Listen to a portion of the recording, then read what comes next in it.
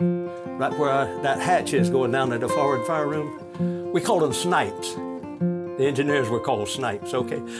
Be a snipe with his head stuck up. As soon as the baker went back in there, somebody grabbed him a couple of loaves of that hot bread, back down in the hole. That was commonplace.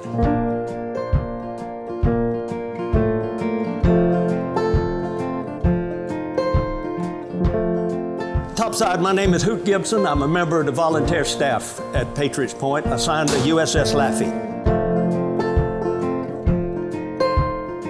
I served actually from 56 to 62, and I spent 37 months aboard a ship just like Laffey, laid out exactly like Laffey.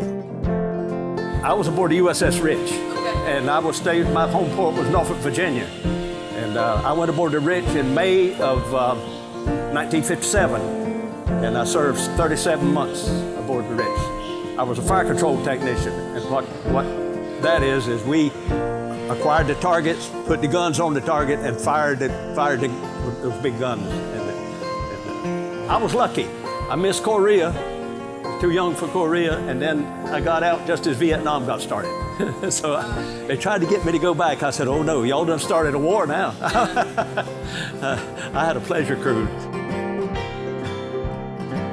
Laffey was commissioned February the 8th, 1944, an Allen Sumner class destroyer. When she was launched, she displaced 2,200 tons.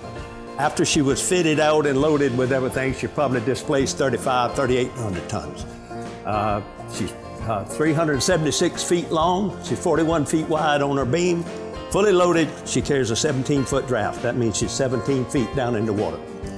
And she's powered by 2 steam turbine engine systems.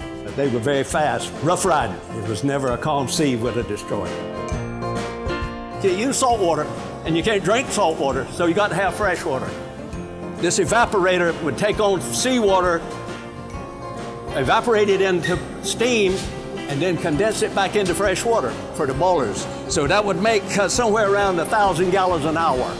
Operating with an aircraft carrier at high speed, using all the fresh water. We had water to cook with and water to drink, but the showers and the laundry and all that was shut down. I might explain something to you. Now, I told you these ships weren't crew friendly.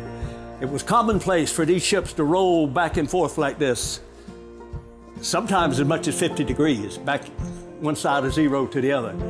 But it was normal for 30 or 35 degrees. It didn't take much sea for it to roll like, plus it was doing this, diving under the water. Those cooks and mess cooks would take a big pan of beans, for instance, hook it in their belt, just like this, and come down that ladder, put it on that steam line, and never spill a drop.